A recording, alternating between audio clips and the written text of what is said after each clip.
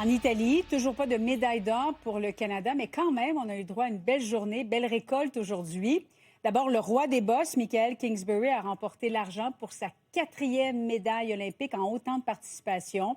Le beauceron Elliott Grondin est passé à un cheveu de la première marche du podium en snowboard cross. Et la patineuse de vitesse sur courte piste, Courtney Sarro du Nouveau-Brunswick, a décroché quant à elle, dis-je, le bronze aux 500 mètres. Voici donc le résumé de cette journée avec notre envoyé spécial, Yves Poirier.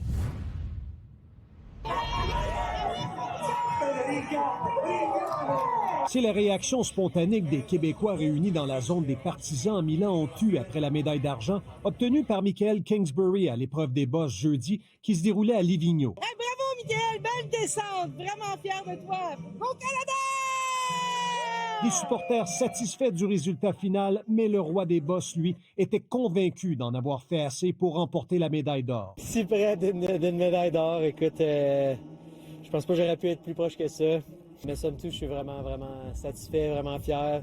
J'ai travaillé vraiment fort pour cette médaille-là. C'est l'Australien Cooper Woods qui est monté sur la plus haute marche du podium. Michael Kingsbury et Woods ont obtenu exactement le même score, mais ce sont les points alloués et déduits au virage qui ont départagé les deux skieurs. Michael a jeté ses skis par terre après la compétition, pas parce qu'il était frustré, mais, je le cite, pour enlever le méchant. C'est sûr, un petit peu déçu d'avoir perdu le tie-break. On a le même score, mais ça fait 2 Jeux olympiques que je me retrouve dans le même scénario où je suis avant-dernier à partir. Je fais ce qu'il faut pour aller chercher l'or, mais le gars derrière moi me bat. Un petit peu crève-cœur parce que c'est le même pointage pour arriver à la fin, mais regarde, là, c'est le sport, c'est ça, c'est l'action. En tant que nouveau papa, on peut être fier de toi.